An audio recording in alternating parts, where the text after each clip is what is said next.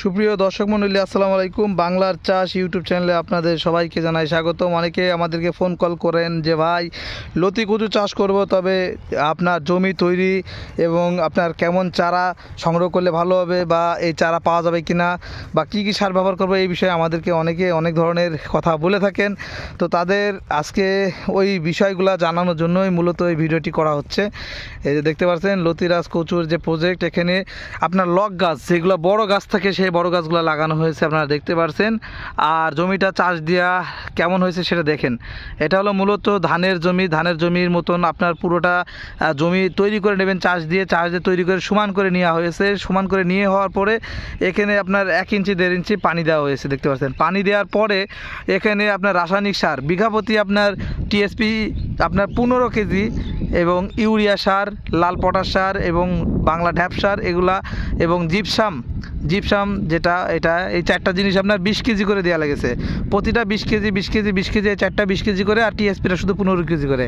এরপরে sulphur 2 KG, দস্তা 2 KG, এরপর বোরন আপনার 2 কেজি, থিওবিট 2 কেজি, এবং কাদায় যাতে পোকা না লাগে তার জন্য ডাস্টবান বা ফুরাটান্ডা ব্যবহার করতে পারেন। ডাস্টবান হইলে আপনার মাত্র 100 মিলির একটা বোতল নেবেন। সেটা হলো সকল সারের সাথে, যে সারগুলো বললাম সকল সারের সাথে 50 মিলি গুলায় তারপর জমিতে সারগুলো ছিটাই দেবেন। এবং ছিটানোর 1 দিন থেকে 2 দিন পরে আপনারা এই যে লকগুলো লাগানো হয়েছে এই লকগুলো লাগাবেন। এবং লাগানোর সিস্টেমটা দেখেন, আমি দেখাই। এখান থেকে এই যে পাটকাঠি দিয়ে মাপ দেওয়া রয়েছে 1.5 হাত, আর চারা থেকে চারার দূরত্ব একদম অ্যাকুরেট 1 হাত, এবং প্রতি শতাংশে 140 থেকে 150টা চারা রোপণ করতে হয়। আর এখানে দেখতে পাচ্ছেন যে আপনার লক লাগানো রয়েছে যাতে দ্রুত, মানে 35 থেকে 40 দিনের ভিতরে লতিটা পাওয়া যায়, যেহেতু সামনে রমজান। এবং আপনার যদি ছোট গাছ লাগাইতেন তাহলে 2 মাস, মানে 60 দিনের ভিতরে লতি আসতো। পার্থক্য এইটাই।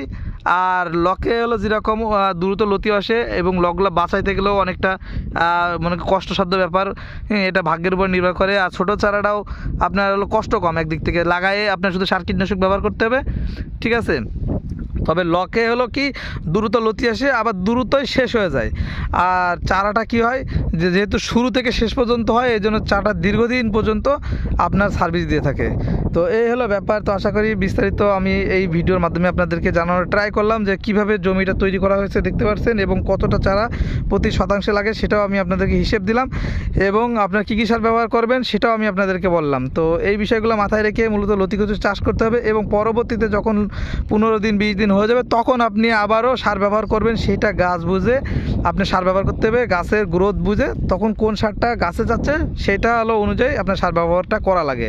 তো আশা করি বিস্তারিত বিষয় আপনাদেরকে ছোট্টভাবে আমি জানানোর চেষ্টা করলাম, বেশি সময় নষ্ট করলাম না। তো ভিডিওটি যদি আপনাদের ভালো লাগে, বা কারো যদি কচুর চারা লাগে যশোরের লতিরাজ বাড়ি 1, তাহলে ভিডিওর উপরে নাম্বার দেওয়া আছে, যোগাযোগ করতে পারেন। চারাগুলার সাইজগুলো হলো ওই সামনে আছে, ওইটা আমি আপনাদেরকে একটু দেখাই। এই যে দেখতে পাচ্ছেন এখানে পানির ব্যবস্থা আছে, আর যে চারাগুলো দেখতে পাচ্ছেন এই যে এই সাইজের চারাগুলো মূলত ডেলিভারি করা হয়ে থাকে। আপনারা দেখতে পাচ্ছেন চারাগুলো এখান থেকে পাতা কেটে বস্তায় ভরে দেওয়া হয়, এই যে চারাগুলা, এবং এই যে জমি থেকে কিন্তু লকগুলা কাটা হয়েছে, কেটে তারপরে ওখানে লাগানো হয়েছে। তো এই ছিল আমাদের আজকের মতন ভিডিও। যদি কারো চারা লাগে তাহলে আমাদের ভিডিওর উপরে দেওয়া নাম্বারে যোগাযোগ করতে পারেন। এই যে চারাগুলা সাইজগুলা দেখেন, এই যে চারাগুলা উন্নত জাতের চারা। তো সবাই ভালো থাকবেন, আল্লাহ হাফেজ।